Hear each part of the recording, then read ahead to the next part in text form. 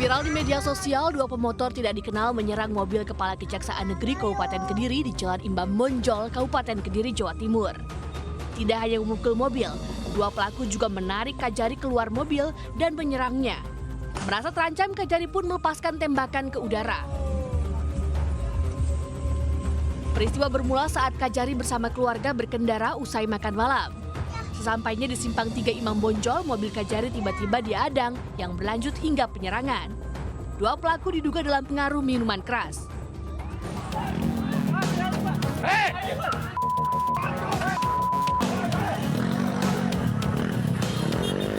Warga mengejar mobil SUV yang kabur usai menyenggol dua sepeda motor di Jalan Raya Siliwangi, Kota Bogor, Jawa Barat.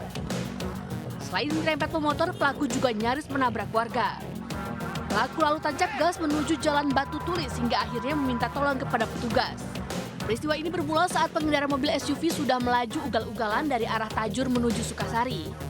Sementara di hadapan petugas, pengemudi mobil ormas mengaku panik menyelamatkan mobilnya dari buruan mata elang atau matel. Akibat kejadian ini, seorang pengendara motor terluka dan dilarikan ke rumah sakit.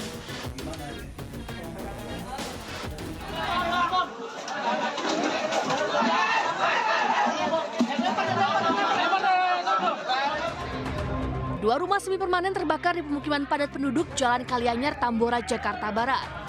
Banyaknya bahan yang mudah terbakar membuat kobaran api seketika membesar hingga menjalar dari satu rumah ke rumah warga lainnya. Warga yang panik mencoba memadamkan api dengan alat seadanya. Pemadaman berlangsung selama 30 menit. Petugas menerjunkan 12 unit mobil pemadam kebakaran ke lokasi. Kebakaran diduga akibat korsleting listrik. Tim Liputan, iNews melaporkan.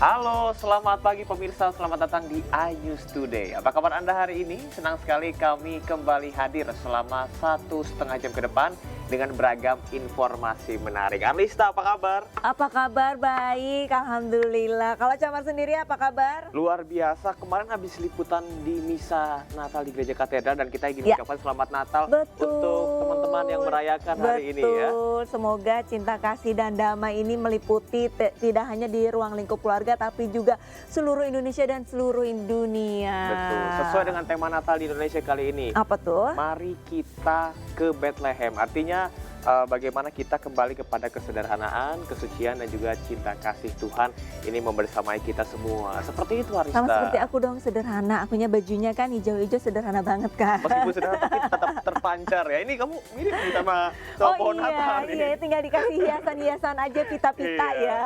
Oke. Apakah kamu mau dipitain? Terus nanti dikirim kemana? Ya pemirsa, dalam edisi spesial yaitu edisi perayaan Natal untuk rekan-rekan jurnalis iNews ini akan memberikan informasi langsung dari perayaan Natal yang berlangsung pada hari ini serta situasi liburan di beberapa titik. Bersama saya tentunya Arlista Hadidan. Dan saya Camar Haenda, inilah iNews Today selengkapnya.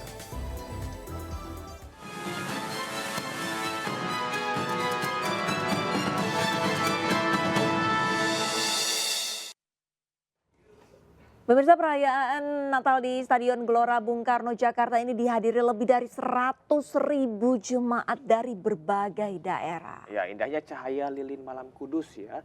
Hadirnya 12.000 choir dan pesta kembang api. Ini memeriahkan perayaan Natal Akbar ini. Kita lihat.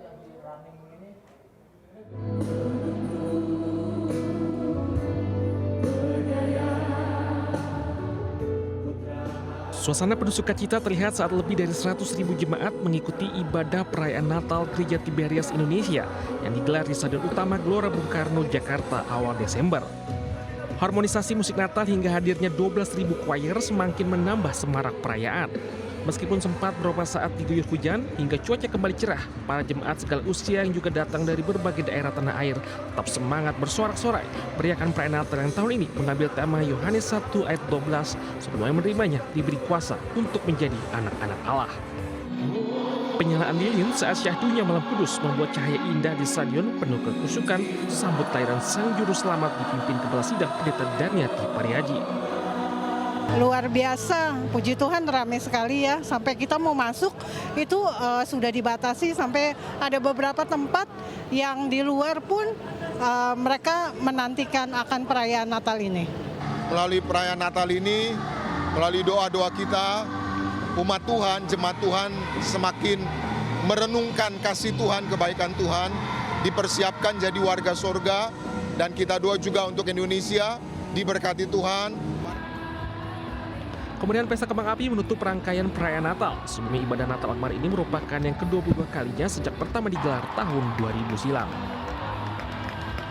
Dari Jakarta, Murharlin, Eri Nugraha, iNews melaporkan. Ya, sementara itu juga pemirsa, ini ada juga ribuan pengungsi mengikuti misa Natal malam Natal di posko pengungsian erupsi Gunung Lewotobi laki-laki di Kabupaten Flores Timur, Nusa Tenggara Timur. Ya, Alistar juga pemirsa, meskipun dalam keterbatasan, misa malam Natal ini tetap berjalan dengan hikmat.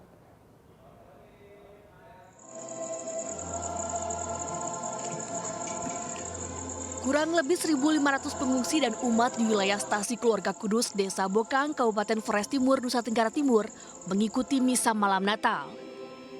Sejak sore para pengungsi mulai mendatangi kapela yang jaraknya hanya 50 meter dari tenda-tenda pengungsian erupsi Gunung Lewotobi laki-laki. Misa malam Natal berjalan hikmat meski tanpa ada ornamen Natal yang mewah dan kado mahal. Namun harapan masih terpancar dari pengungsi. Pengungsi masih berharap bisa merasakan Natal seperti tahun-tahun sebelumnya. Hari ini misa Hari Raya Natal juga akan dilangsungkan di Kapela Stasi Bokang. Sementara warga Desa Bokang masih berada di pengungsian karena Gunung Lewotobi laki-laki masih terus erupsi. Dari Flores Timur, Joni Nura, iNews melaporkan. Nah, Arista, kemarin saya sempat ke Gereja Katedral melihat misa malam Natal 2 kali. Nah, untuk hari ini misa puncak Natal dilaksanakan 3 kali untuk memperingati hari kelahiran Yesus Kristus di Gereja Katedral Jakarta. Kita akan langsung lihat ya bagaimana situasi dan kondisi di sana. Sudah ada rekan Elsye, namun kita akan mendapatkan informasi terlebih dahulu mengenai mengantisipasi kepadatan Gereja Katedral. Ini menyiapkan kapasitas 4.500 umat.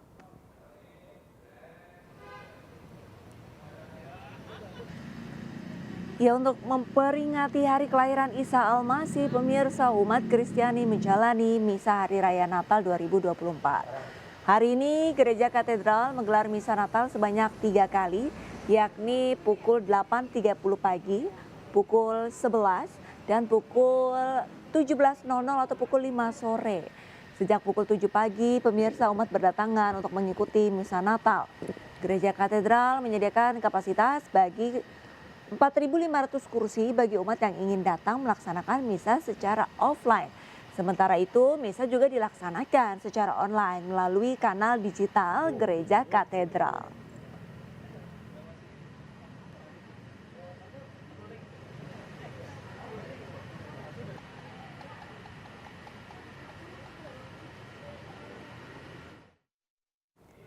Dan pemirsa, perayaan Natal berlangsung aman dan hikmat pada hari ini. Langsung saja kita menuju Syahreza di Gereja Immanuel dan Elsye Casey di Katedral Jakarta. Namun kita sapa terlebih dahulu, ada Syahreza di Gereja Immanuel. Selamat pagi Reza, bagaimana dengan perjalanan ataupun misa Natal pada pagi hari ini? Apakah berjalan dengan lancar? Ya, Camar, Arista, dan juga pemirsa, selamat pagi. Betul sekali, hari ini ibadah Natal 2024 tengah berlangsung di Gereja Immanuel Jakarta pada hari ini, di mana kini tengah diberlangsungkan sesi pertama untuk ibadah pada kali ini yang dimulai pada pukul 9 pagi waktu Indonesia Barat tadi. Dan memang begitu ada beberapa persiapan dan juga pengamanan yang sangat amat ketat. Kami melihat ada beberapa aparat baik itu TNI, Polri dan juga yang serta mengamankan area daripada tempat ibadah ini sejak pagi dari pantauan kami, dan bahkan para jemaat juga sudah hadir sejak pukul 7 pagi waktu Indonesia Barat, dan kini tidak ada satu kursi pun yang sisa pada hari ini untuk ibadah sesi pertama, begitu juga di area dalam begitu. Dan Camar, Arisa dan juga pemirsa perlu diinformasikan bahwasanya ibadah sesi pertama ini sejatinya dimulai pada pukul 9 pagi waktu Indonesia Barat, dan ada beberapa sesi lainnya untuk para jemaat yang mungkin hanya bisa beribadah di beberapa waktu, seperti di ibadah kedua. Nanti maksudnya di sesi kedua ini nanti ada beberapa sesi yang diberlangsungkan dengan berbahasa Inggris dan dimulai pada pukul 4 sore waktu Indonesia Barat dan dipimpin oleh Pendeta Vikaris Pauline Patricia Lagonda untuk sesi kedua. Sementara untuk sesi ketiga ataupun sesi terakhir ini akan dilaksanakan pada pukul 6 malam waktu Indonesia Barat dan dipimpin oleh Pendeta Arto Milkalia Persang Barapa.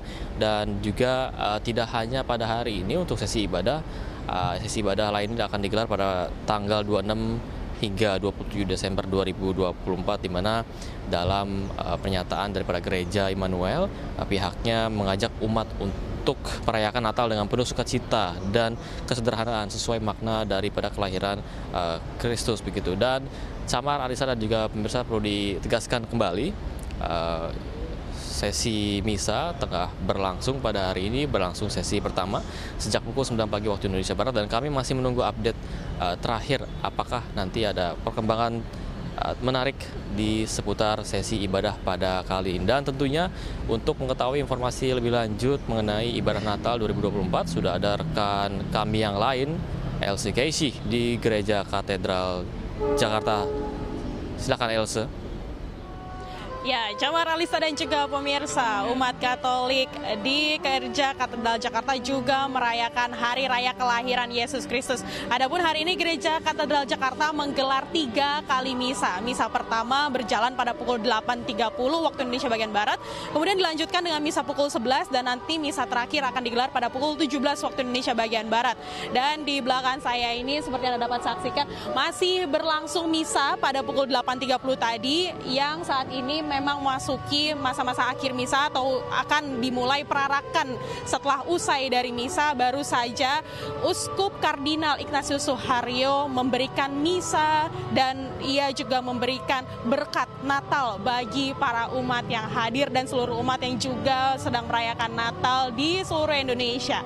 Dan menurut apa yang kami dengar di dalam berdasarkan khotbah dari Uskup Kardinal Suharyo yang memberikan pesan Natal 2024 ini bagi umat Katolik, yaitu untuk meningkatkan solidaritas dan juga membagikan damai bagi sesama dan juga masyarakat yang membutuhkan, terutama mereka yang masih kurang beruntung. Dan kita juga diajak untuk semakin meningkatkan perasaan berbela rasa. Itulah semangat atau pesan Natal yang disampaikan. Dan yang berbeda, nanti pada pukul 11 akan dilaksanakan misa selanjutnya. Misa selanjutnya ini merupakan misa bagi keluarga dan juga anak-anak, di mana selesai misa pukul 11 nanti akan diadakan pesta Santa Claus dan juga drama bagi anak-anak kecil. Tentunya ini merupakan sesuatu yang unik dan khas dari perayaan Natal, adalah perayaan Santa Claus dan juga membagikan hadiah bagi anak-anak kecil. Tentunya kita masih akan menantikan seperti apa berjalannya misa pukul 11 nanti yang memang didedikasikan untuk keluarga dan juga anak-anak. Baru saja seperti yang Anda dapat saksikan di belakang saya, inilah perarakan yang menandakan usainya misa Natal pada pukul 8.30 tadi. Misa berjalan secara hikmat dan juga khusyuk, tentunya juga dibantu dengan pengamanan yang dilakukan oleh Brimob dan juga Polda Metro Jaya yang sama-sama juga memastikan keamanan dari berjalannya perayaan Natal 2024. Ya, Camar dan juga Arisa, kami masih akan memantau dan juga melaporkan kembali kepada Anda seperti apa berjalannya misa dari katedral. Kembali pada Anda. Baik, terima kasih. Ya, terima kasih ada rekan Elsie Casey tadi di Gereja Katedral dan juga di Gereja Immanuel ada Syahriza Zanski ya. Dan 2 poin utama adalah mengenai cinta kasih dan juga kesederhanaan, Alista. Selain cinta kasih dan kesederhanaan ini juga sebenarnya kita lihat tadi ada perayaan yang untuk anak-anak. Ini aku boleh nggak jadi anak-anaknya biar dapat hadiah dari Kamu Santa lebih Claus? baik jadi ibu dari anak-anak aja ya. begitu. Ibu dari anak-anak kamu kan? Bukan dong, bukan oke. ya. Baik, pemirsa, kita ke informasi selanjutnya. Ini petugas gabungan bersiaga mengamankan gereja-gereja di berbagai wilayah jelang ibadah Natal. Ya, pengamanan ketat dilakukan untuk memberikan rasa aman dan nyaman bagi umat Kristiani agar bisa beribadah dengan hikmat.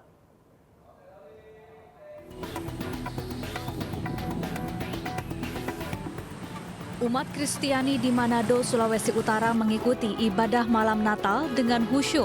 Mereka berbondong-bondong mendatangi gereja dengan tertib dan hikmat.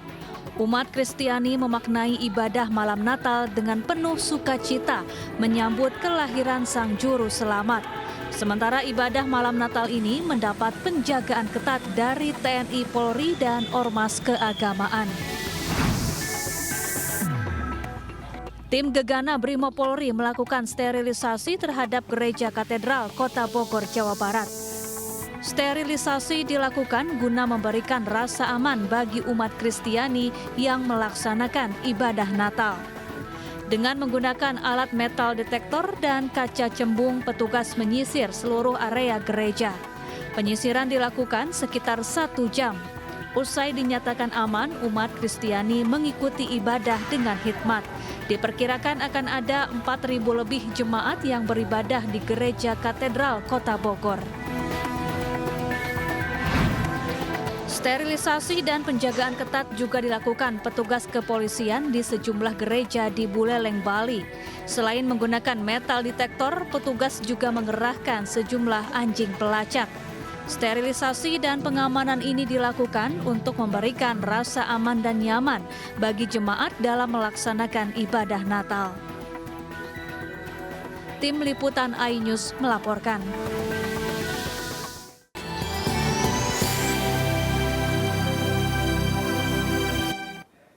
Pemirsa, terima kasih Anda masih di iNews Today. Sebanyak 1.574 posko kesehatan didirikan Kementerian Kesehatan dalam menyambut libur Natal dan Tahun Baru 2024-2025. Ribuan posko ini tersebar di sejumlah wilayah di Indonesia, pemirsa, yaitu di setiap area tol dan juga pertigaan jalur arteri.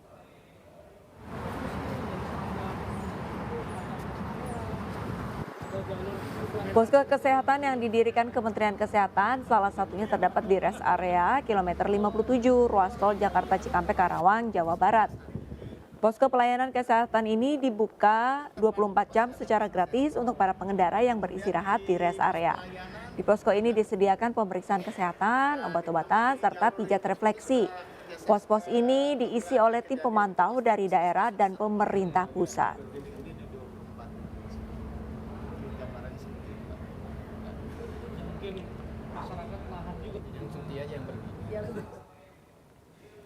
Ya pemirsa, libur Natal dan Tahun Baru Pangkalan TNI Angkatan Laut Banyuwangi meningkatkan patroli di Selat Bali.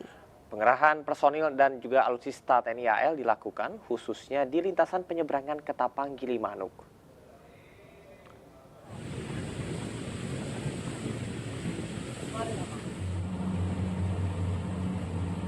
Peningkatan pengamanan selama periode liburan melibatkan 51 personil dari Posal Blimbing Sari, Posal Mayangan, dan personil Mako Lanal Banyuwangi serta alutsista TNI AL. Pada pengamanan ini, TNI AL bersinergi dengan sejumlah instansi terkait seperti Polri, Dinas Perhubungan, PSKDP, serta sejumlah pihak lainnya. Peningkatan patroli dilakukan saat terjadi lonjakan lalu lintas penyeberangan selama libur Nataru. Patroli ini diharapkan dapat memberikan rasa aman dan nyaman bagi masyarakat yang akan merayakan Natal dan Tahun Baru, serta menjaga kelancaran arus penyeberangan di Selat Bali. Dalam berbagai kesempatan, Kepala Staf Angkatan Laut Laksamana TNI Muhammad Ali menyampaikan kepada seluruh jajaran TNI AL agar memberikan yang terbaik dalam setiap tugas, terutama dalam pengamanan jelang libur Natal 2024 dan Tahun Baru 2025.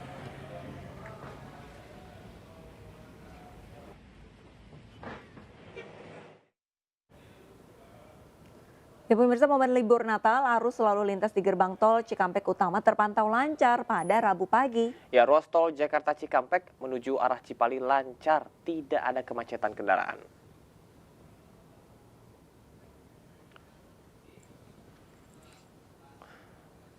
Kendaraan yang melintas didominasi oleh mobil pribadi dan sejumlah bus antar kota. Hingga pukul 7 pagi tercatat 7.425 kendaraan meninggalkan Jakarta menuju arah tol Cipali dan Transjawa.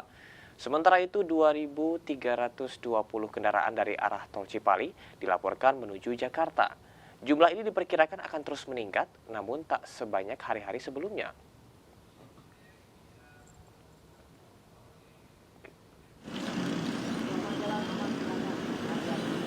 Dari Puncak Bogor, Polres Bogor memprediksi kepadatan arus lalu lintas kendaraan dari arah Jakarta menuju Bogor dimulai dari 24 Desember hingga 27 Desember 2024 untuk periode libur Natal dan Tahun Baru 2024-2025. Akan diberlakukan beberapa rekayasa lalu lintas seperti sistem ganjil genap dan juga satu arah, baik dari arah tol Jakarta menuju Puncak maupun dari arah Puncak menuju tol Jakarta.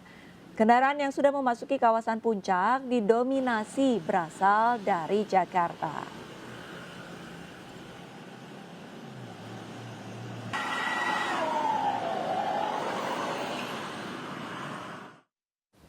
Dan pemirsa, untuk informasi terkini, Henry Aprila dan Muhammad Zulhilmi yang akan melaporkan langsung lalu lintas di Puncak dan juga Cikampek. Kita menuju ke Muhammad Zulhilmi terlebih dahulu. Hilmi, bagaimanakah situasi dan kondisi di sana? Apakah sudah mulai terlihat adanya kepadatan kendaraan?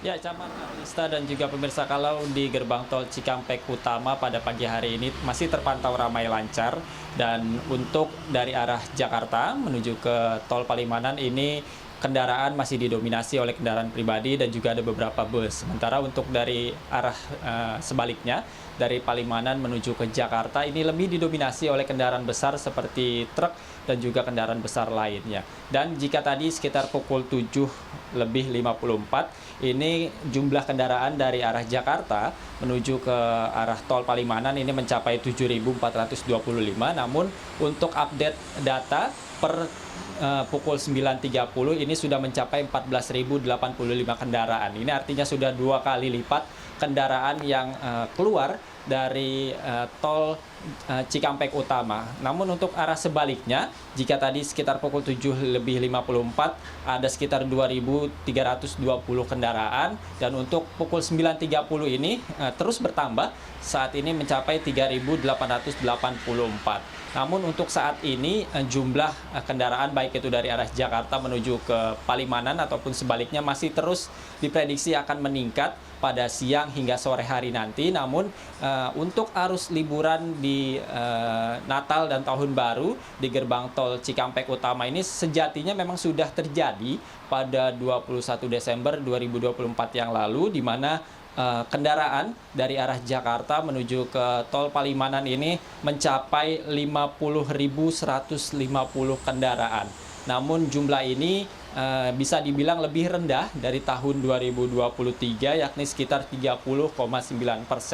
Untuk arah sebaliknya, pada arus libur Natal dan juga Tahun Baru ini tertingginya terjadi pada 22 Desember, yakni sekitar 37.208 kendaraan yang masuk ke arah Jakarta, dan jumlah ini pun lebih rendah juga dibandingkan dari tahun 2023 sebanyak 38,9%. Dan bagi Anda yang ingin melakukan perjalanan melalui gerbang tol Cikampek Utama ini, terus diimbau untuk tetap menjaga kondisi fisik Anda dan juga kondisi kendaraan, dan pastikan saldo e-tol Anda tercukupi. Dan untuk cuaca sendiri memang diprediksi untuk hari ini akan turun hujan, sehingga bagi Anda yang ingin melewati gerbang tol Cikampek Utama untuk tetap berhati-hati. Dan untuk mengetahui bagaimana kondisi arus lalu lintas di Simpang Gadok, Puncak Bogor, Jawa Barat, ada rekan Henry Aprila di sana. Silakan Henry. Ya baik rekan Hilby, kalau untuk situasinya di Simpang Gadok ini memasuki libur Natal dan juga Tahun Baru 2024-2025, sama halnya seperti halnya di Cikampek Utama, di mana di Simpang Gadok juga hingga saat ini masih terpantau ramai lancar. Kemudian untuk tadi pagi sempat dilakukan rekayasa lalu lintas seperti halnya sistem ganjil genap yang juga diterapkan tepat pada pukul 6 sampai dengan pukul 8 pagi hari. Kemudian juga di pukul 8 sampai dengan pukul 9 atau pada pukul 10 kurang 4 menit ini sementara tadi sempat dilakukan rekayasa lalu lintas yakni sistem one way atau satu arah. Kemudian untuk saat ini sementara memang para pengendara yang berasal dari tol Jakarta menuju ke Puncak sudah tidak diberlakukan sistem rekayasa lalu lintas karena mengingat untuk saat ini sudah normal begitu, di mana pengendara sudah dilakukan dua arah dari arah Jakarta menuju Puncak, kemudian dari Puncak menuju Jakarta begitu. Adapun juga yang disampaikan oleh Satlantas Polres Bogor bahwa untuk puncak arus mudik ini diprediksi pada 24 Desember 2024 sampai dengan 27 Desember 2024 karena mengingat untuk tanggal tersebut ini merupakan puncak dari arus mudik Natal dan juga Tahun Baru. Kemudian juga dapat kami sampaikan, ini alasan para penumpang, maksud kami alasan para pengendara atau masyarakat yang hendak melaksanakan libur di beberapa titik lokasi yang ada di puncak. Ini alasannya mereka memilih ke sini karena mengingat di sini juga varian daripada wisatanya dan juga kuliner juga beragam. Begitu juga dapat kami sampaikan nantinya jika terjadi ketersendatan kendaraan akan dilakukan rekayasa lalu lintas yang juga tadi sudah diterapkan tadi pagi. Kemudian juga ada himbauan dari pihak kepolisian untuk para pengendara yang berasal dari tol Jakarta menuju Puncak ini tetap memastikan kembali saldo e-tol Anda tercukupi, kemudian juga tetap memastikan kembali kondisi fisik Anda secara prima dan kendaraan Anda juga dipastikan secara prima. Nantinya kita lihat bersama-sama Camar dan juga Lista bagaimana situasi terkini ini pada libur Natal dan juga Tahun Baru di Simpang Gadok, Bogor, Jawa Barat. Kembali di studio. Baik, terima kasih banyak informasinya Hendri Aprila langsung dari Simpang Gadok dan juga sebelumnya ada Muhammad Zulhilmi dari Tol Cikatama dan selamat kembali bertugas rekan-rekan.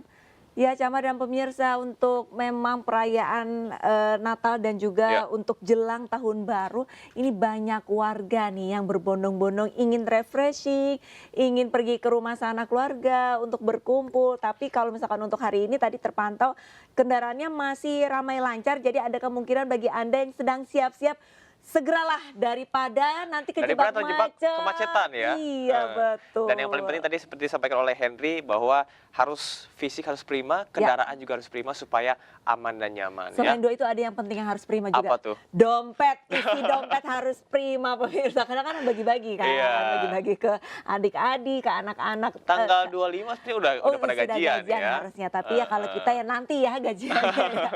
Kita ke informasi selanjutnya di mana ini curah hujan yang tinggi membuat sejumlah kawasan di Sulawesi Selatan ini terendam banjir. Ya, di Kabupaten Wajo, 2 jembatan putus dan ribuan rumah di 4 kecamatan terendam banjir.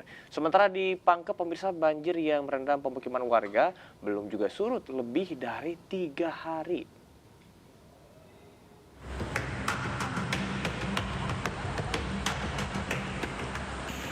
Banjir di Kabupaten Wajo kian parah meluas.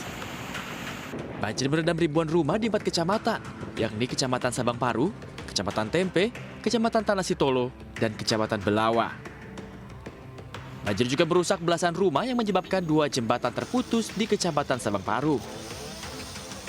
Ketinggian banjir bervariasi antara 20 cm hingga 1 meter lebih. Banjir akibat cuaca ekstrim dengan curah hujan tinggi dengan meluapnya Sungai Welenae. Warga terpaksa beraktivitas di tengah genangan air.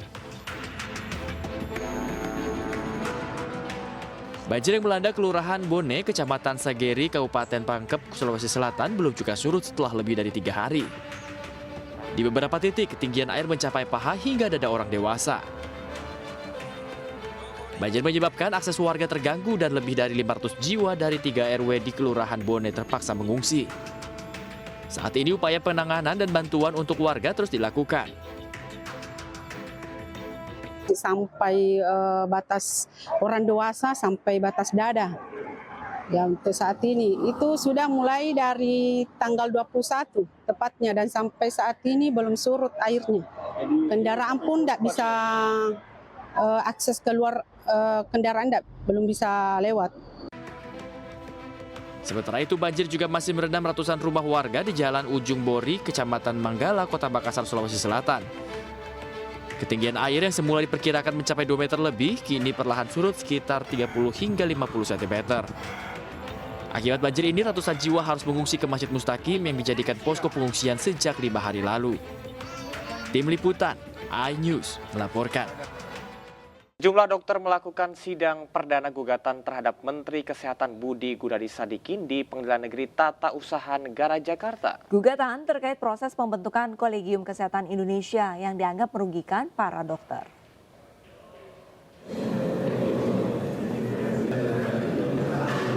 Gugatan yang dilakukan oleh sejumlah dokter ini bersifat administratif. Menteri Kesehatan dianggap telah melakukan kekeliruan dalam melaksanakan wewenangnya dalam mengatur ketentuan dan persyaratan, mekanisme seleksi tata cara pengangkatan dan pemberhentian anggota, serta tata kerja Kolegium Kesehatan sebagaimana dimuat melalui pasal 711 PP nomor 28 tahun 2024 yang isinya segala sesuatunya ini harus berkoordinasi dengan Menteri Kesehatan. Para dokter ini meminta agar Menteri Kesehatan mencabut peraturan Menteri Kesehatan nomor 12 tahun 2024 dan menggantinya dengan peraturan menteri yang baru yang substansinya tidak menyimpang dengan Undang-Undang nomor 17 tahun 2023 tentang kesehatan. Profesi kita diinjak-injak. Bermula dari Undang-Undang Kesehatan 17/2023 yang prosesnya itu menyalahi prosedural seperti itu. Dan inilah nampaknya memang ada kekuatan yang sangat besar menginginkan kesehatan Indonesia ini dikuasai oleh kekuatan global. Jadi kerusakan sistem kesehatan itu nanti akan dimulai dari dalam internal kita sendiri. Pemirsa, polisi memastikan bayi berjenis kelamin laki-laki yang diduga tertukar di RS Islam Jakarta Cempaka Putih tidak terbukti. Kepastian ini diperoleh setelah dilakukan tes DNA oleh Pusdokes Polri.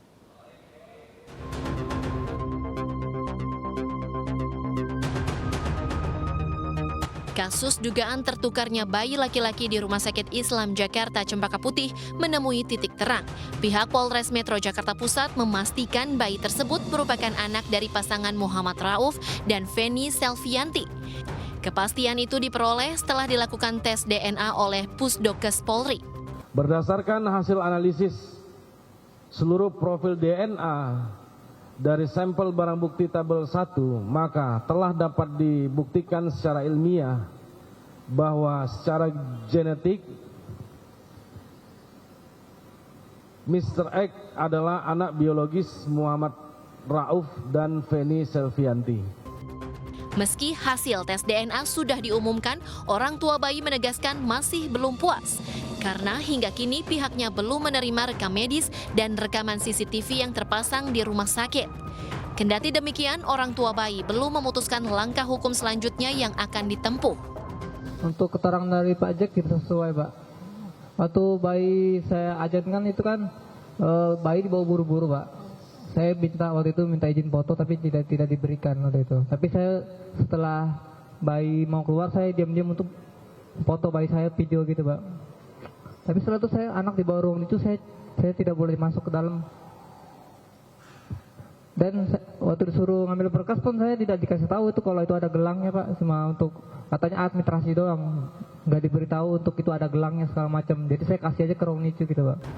Menjawab soal rekam medis yang dipertanyakan keluarga pasien, pihak Rumah Sakit Islam Jakarta Cempaka Putih mengaku sebelumnya sudah menawarkan rekam medis tersebut, namun pihak keluarga belum memberi jawaban yang jelas.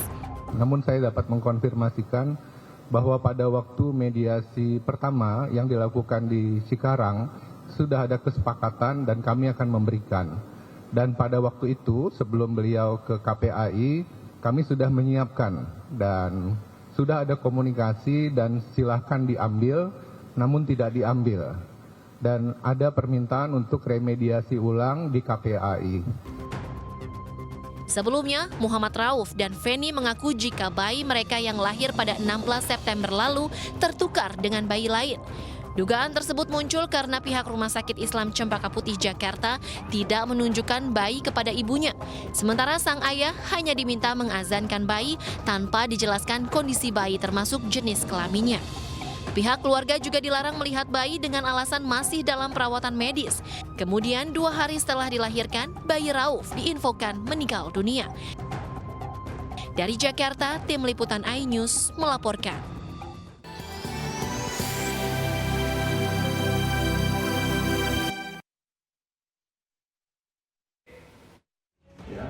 Bukti keterlibatan Saudara HK yang bersangkutan selaku Sekjen PDI Perjuangan dan Saudara DPI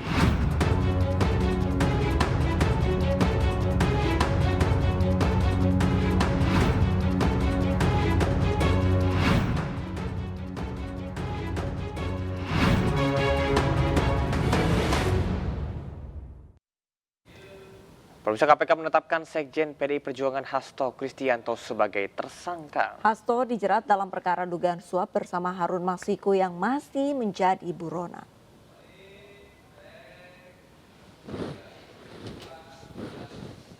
Penetapan Hasto sebagai tersangka telah tertuang dalam surat perintah penyidikan atau sprindik tertanggal 23 Desember 2024. Hasto ditetapkan sebagai tersangka dalam kasus suap dan menghalangi penyidikan dalam kasus Harun Masiku. Sebelum kabar status tersangka ini mencuat, Hasto Kristianto telah beberapa kali sudah memenuhi panggilan KPK untuk diminta keterangan.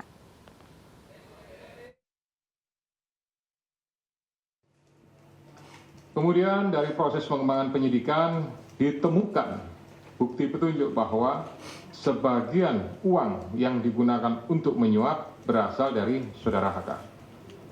Bahwa dalam proses perencanaan sampai dengan penyerahan uang tersebut, Saudara HK mengatur dan mengendalikan Saudara Saiful Bahri dan Saudara DPI dalam memberikan suap kepada Komisioner KPU Wahyu Setiawan.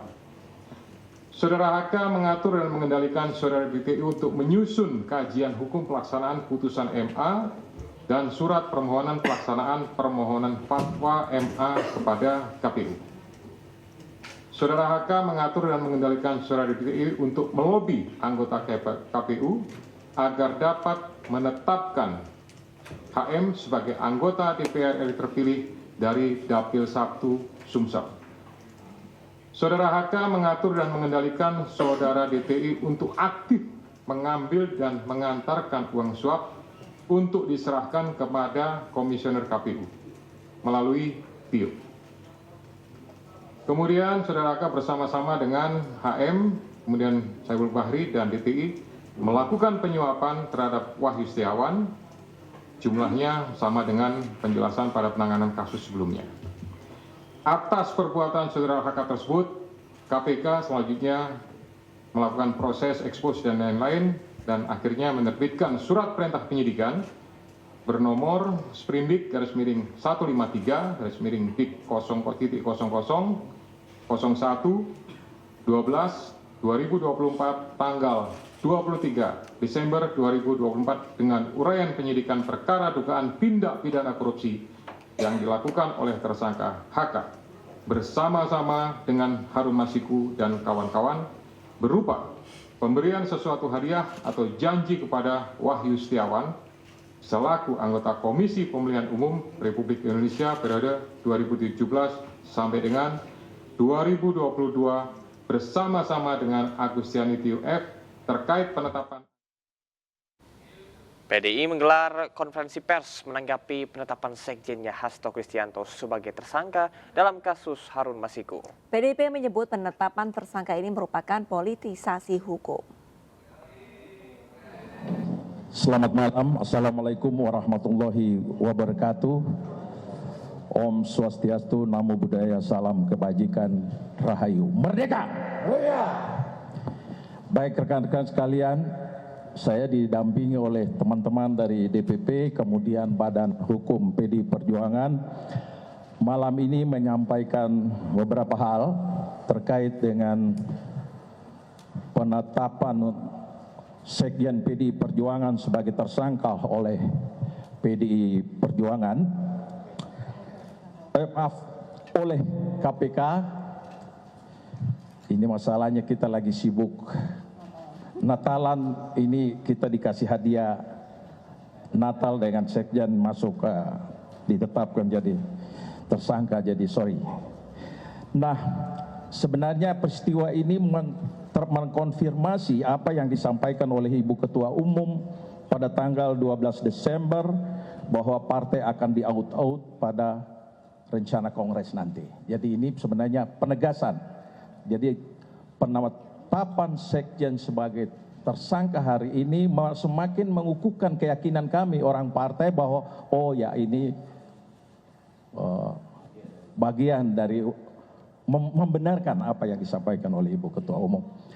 Namun demikian, karena ini ada kaitan dengan soal hukum dan ada beberapa poin cukup panjang, nanti diuraikan oleh Saudara Roni Talapesi. Silakan, Bung Roni.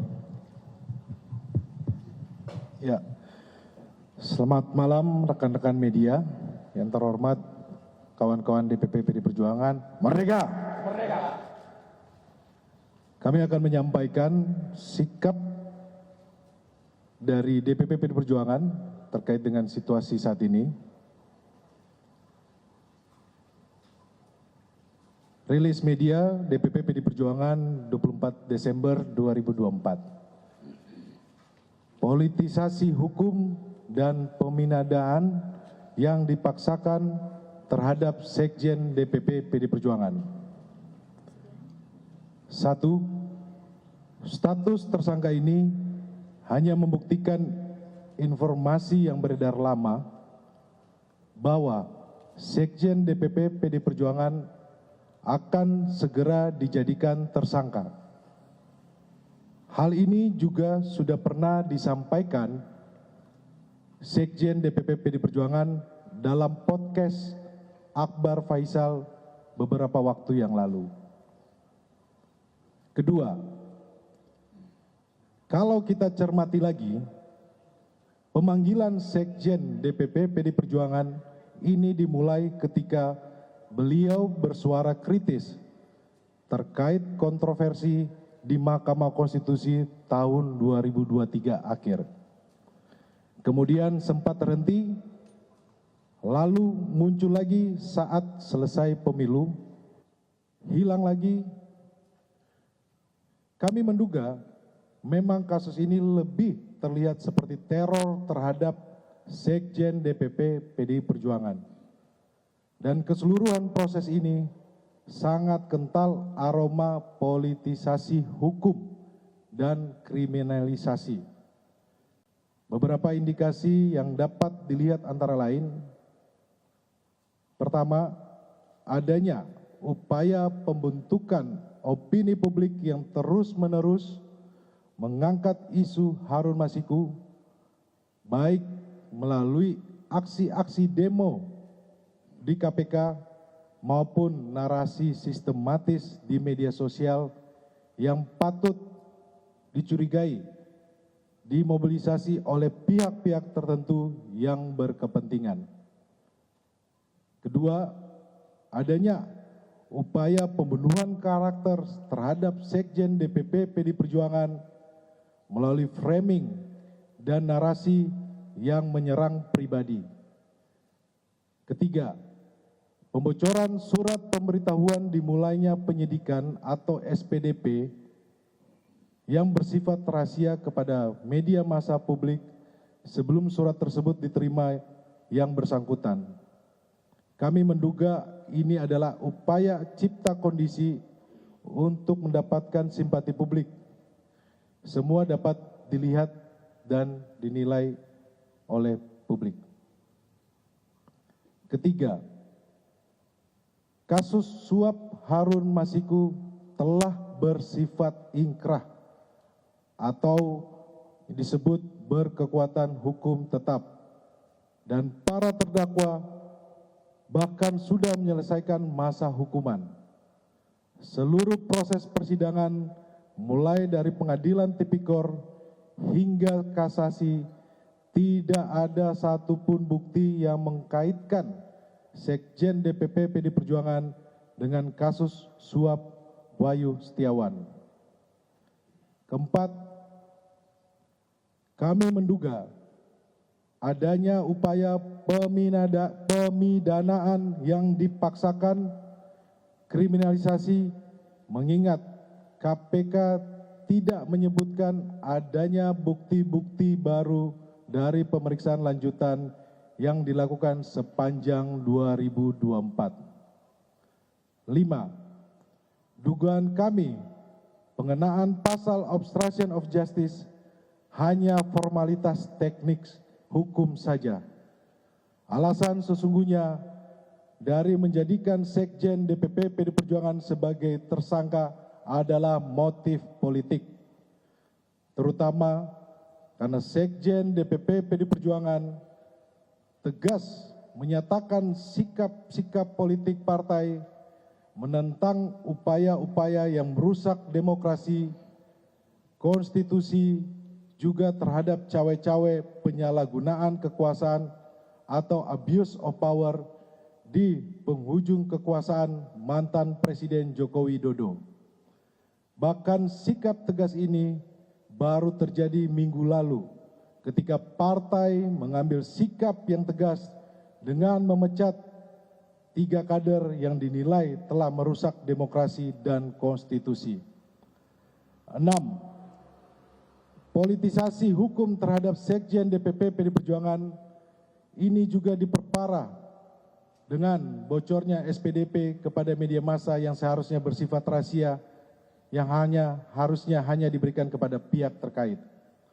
7.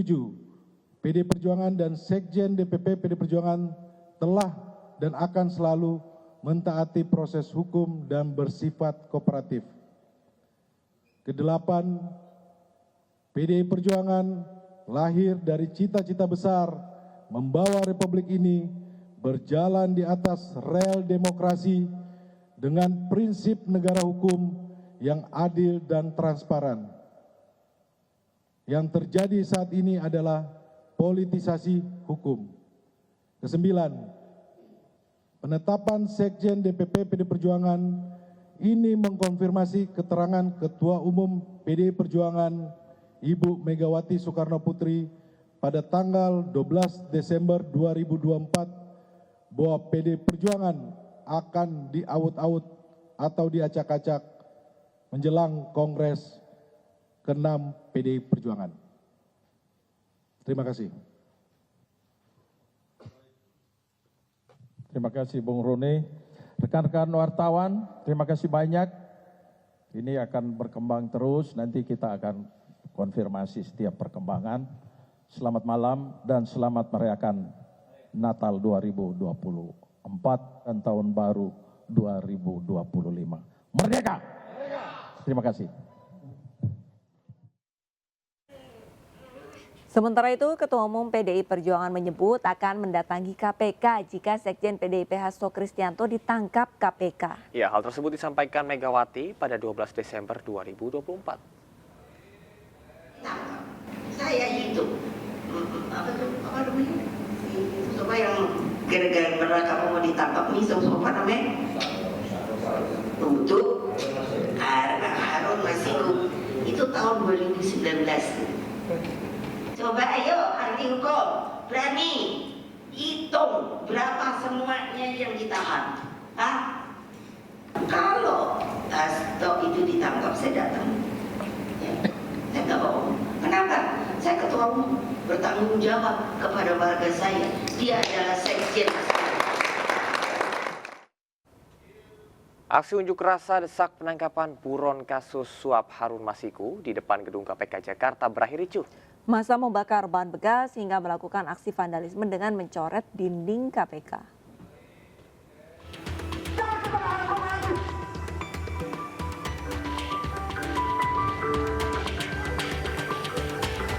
Kericuhan terjadi di tengah aksi unjuk rasa di depan Gedung Merah Putih Komisi Pemberantasan Korupsi Jakarta Selatan Senin siang. Dengan membawa atribut bendera serta spanduk berisi tuntutan, massa mendesak KPK segera menangkap buron kasus suap Harun Masiku. Namun penyampaian aspirasi berujung anarkis saat massa mulai menyalakan flare dan melempari gedung KPK dengan botol hingga batu. Massa juga melakukan aksi vandalisme dengan mencoret dinding di depan gedung KPK, salah satunya dengan tulisan kandang babi. Polisi yang mengamankan aksi unjuk rasa pun berlindung di tengah kepulan asap hitam pekat akibat flare yang dinyalakan. KPK dalam hal ini melalui saya juga mendukung aspirasi mendorong KPK untuk menuntaskan berbagai macam perkara yang mungkin masih belum selesai. Tapi kami juga berharap masyarakat yang menyampaikan aspirasi tersebut untuk bisa menyampaikan secara baik, tidak melakukan vandalisme, tidak melakukan pengerusakan, karena itu juga akan menjadi sebuah tindak pidana tersendiri yang bisa dikenakan. Sebelumnya massa dari berbagai aliansi juga berunjuk rasa di depan gedung KPK Rabu siang lalu. Unjuk rasa digelar bertepatan dengan pemeriksaan ex-Menteri Hukum dan HAM Yasona Lauli dalam kasus suap Harun Masiku. Melalui pengeras suara dari mobil komando, massa meneriakan tuntutan agar KPK segera menangkap Harun Masiku yang telah buron selama hampir 5 tahun. Massa juga meminta agar pihak-pihak yang diduga turut melindungi Harun Masiku diproses hukum. Tuntutannya adalah per hari ini KPK diisi oleh struktur-struktur baru, jadi kita mendesak KPK untuk segera menuntaskan misi-misi yang belum terselesaikan, yaitu menangkap Harun Masiku yang hari ini masih menjadi buronan. Sebelumnya KPK telah menetapkan tersangka Harun Masiku pada 2020 silam terkait kasus dugaan suap pergantian antar waktu atau PAW anggota DPR RI periode 2019-2024. KPK juga telah menerbitkan ulang DPO pada 5 Desember 2024 lalu. Dari Jakarta, Tim Liputan iNews melaporkan. Pemirsa, kasus suap Harun Masiku menjadi salah satu episode panjang dalam sejarah hukum di Indonesia. Ya, Harun Masiku menjadi tersangka suap pada 2020 dan kini masih buron.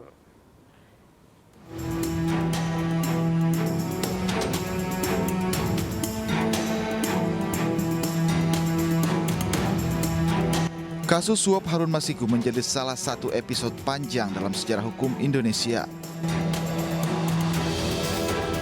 Pada Desember 2024, Harun Masiku genap 5 tahun sebagai buronan.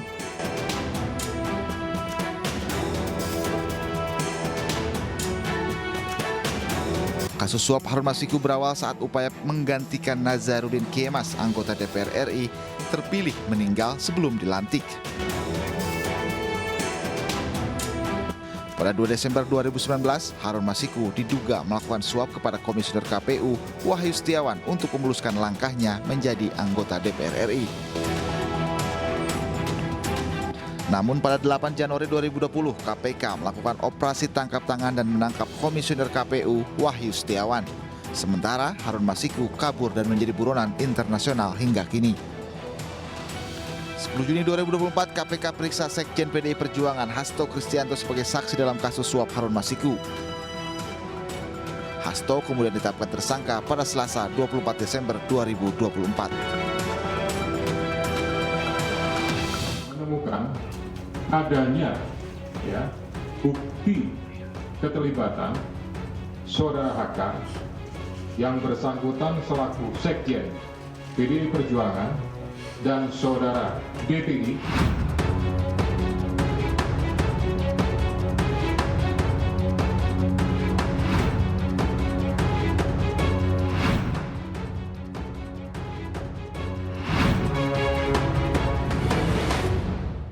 Ya, tidak hanya di Puncak Bogor saja, tidak hanya di Cikampek ya, di Cikatama, namun di hari Natal stasiun Pasar Senen dipadati calon penumpang yang akan menghabiskan waktu liburnya bersama dengan keluarga di kampung halaman. Ya, meskipun mulai ramai, namun hingga kini tiket kereta jarak jauh masih tersedia.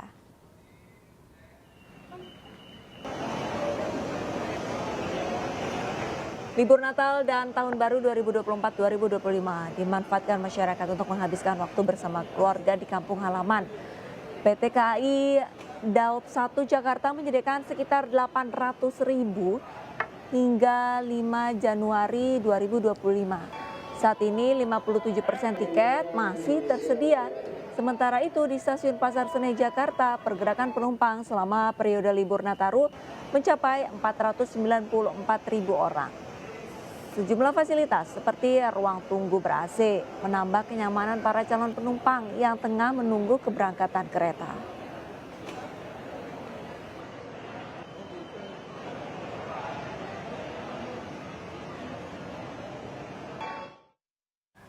Ya, dan pemirsa, rekan kami ada Jen Cahyani yang akan melaporkan suasana terkini langsung dari Stasiun Pasar Senen di perayaan Hari Natal.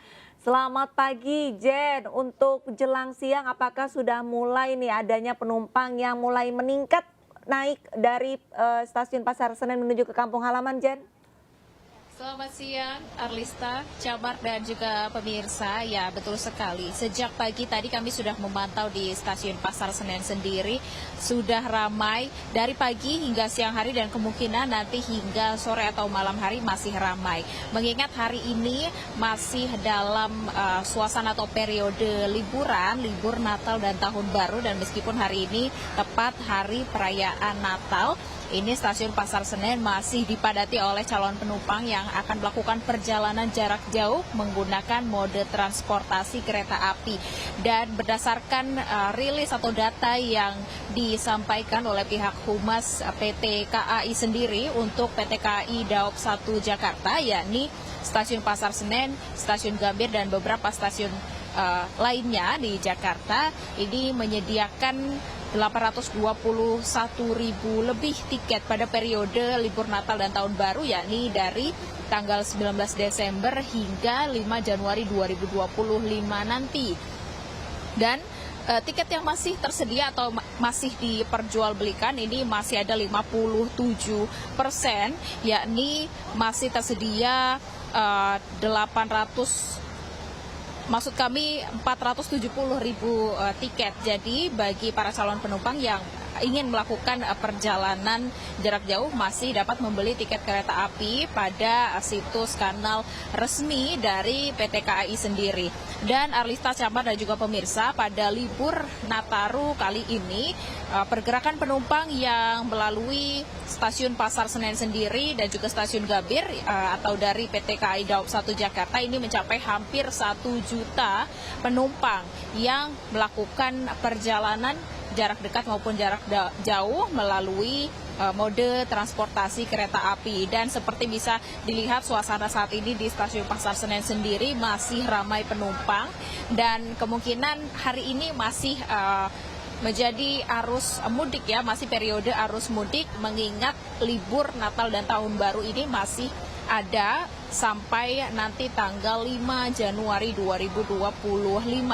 Dan kalau di Stasiun Pasar Senen sendiri, di tempat saat ini kami melaporkan, ini fasilitasnya yang disediakan juga cukup lengkap dan juga ada perkembangan atau yang terbaru seperti ruang tunggu yang saat ini sudah ber-AC. Ini kami sempat menanyakan kepada calon penumpang yang menunggu di ruang tunggu Stasiun Pasar Senen. Mereka merasakan atau menyampaikan kenyamanan yang mereka rasakan di Stasiun Pasar Senen dengan adanya upgrade terbaru dari fasilitas-fasilitas yang ada di sini. Kemudian di sini juga sudah banyak tersedia para penjaga atau petugas yang siap melayani atau membantu para calon penumpang dari mulai mereka kedatangan, kemudian menunggu, dan juga hingga nantinya mereka mengantri ke dalam peron untuk menunggu keberangkatan kereta api mereka masing-masing. Dan Camar, Arlista, dan juga pemirsa, untuk kereta api tambahan juga diberlakukan pada musim Natal dan Tahun Baru kali ini. Dari yang semula kereta api tambahan pada hari kemarin hanya 12 kereta api per harinya, namun saat ini sudah ditambah menjadi 17 kereta api per harinya atau 306 kereta api tambahan pada keseluruhan. Sementara itu, Camar dan Arlista.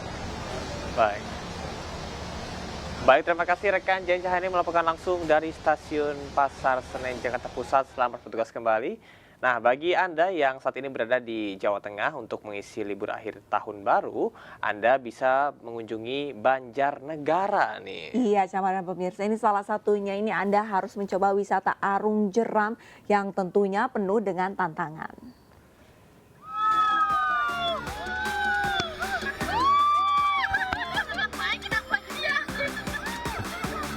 Arus deras dan sungai yang bebatuan tidak menyurutkan langkah wisatawan uji nyali ketika Arung Jeram di Desa Kutayasa, Banjarnegara, Jawa Tengah.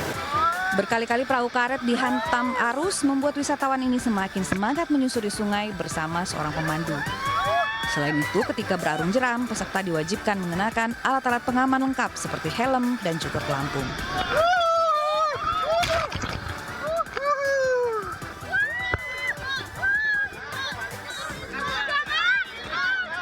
Meski awalnya merasa takut, kekhawatiran itu hilang setelah wisatawan menaklukkan tantangan di sepanjang sungai. Biasa amazing sekali, arusnya cukup, kita tadi sempat terbalik juga perahunya, sebuah pengalaman dan sensasi yang luar biasa. Baru pertama kali, asik, baru pertama kali jadinya kayak... Takut nggak? Takut sedikit tapi jadinya asik. Selama musim liburan, pengunjung meningkat hingga 20%. Puncak kunjungan biasanya terjadi saat merayakan Tahun Baru. Desember sudah masuk musim hujan, otomatis debit airnya itu semakin bagus. Cuman untuk durasi pengarungan jadi lebih pendek karena banyak arusnya. Ya, yang dulunya belum jadi jeram, sekarang sudah jadi jeram. Sepanjang 14 km penelusuran sungai, wisatawan juga bisa menikmati pemandangan sawah, kebun, dengan suasana asri pedesaan. Dari Banjarnegara, Jawa Tengah, Nurdin Fauzi, iNews melaporkan. Nah, setelah main arung jeram biasanya lapar nih, Arlista. Betul, Kalau saya senang yang berkuah-kuah. Pas banget nih, ada informasi untuk penikmat yang kuah-kuah, apalagi kuliner Solo, wajib merasakan sensasi makan soto ayam di pinggir sawah, Camal. Wah, di pinggir sawah ya? Betul. Serasa di pedesaan ya? Iya. Karena Anda bisa menikmati soto ayam sambil dibanyakan dengan pemandangan yang indah. Gak usah jauh-jauh, sini indah.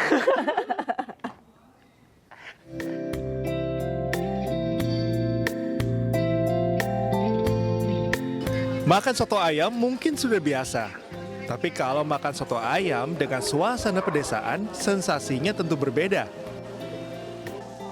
Ya, makan soto di pinggir sawah ini bisa Anda temukan di Warung Soto Pak D, di sebuah gang di Kelurahan Banjarsari, Kecamatan Metro Utara, Kota Metro, Lampung.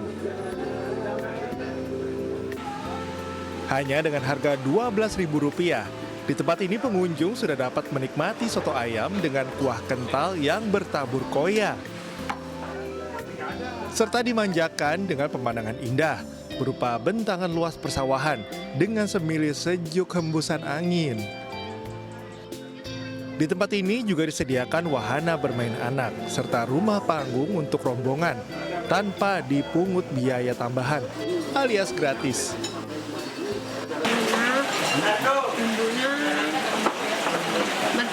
Megdok ya, kita pelanggan di sini Mbak ya, udah sering kesini Mbak ya. Satu porsi berapa sih biasanya? Ini harganya? Murah ya? Murah 12. Kalau kata orang-orang sotonya yang spesial. Sotonya spesial ya, kuahnya kental gitu ya. Kalau untuk pemandangannya sendiri Mas? Pemandangannya kita langsung di samping sawah gitu. Kalau pas musimnya tanam ya hijau, pemandangannya lumayan lah.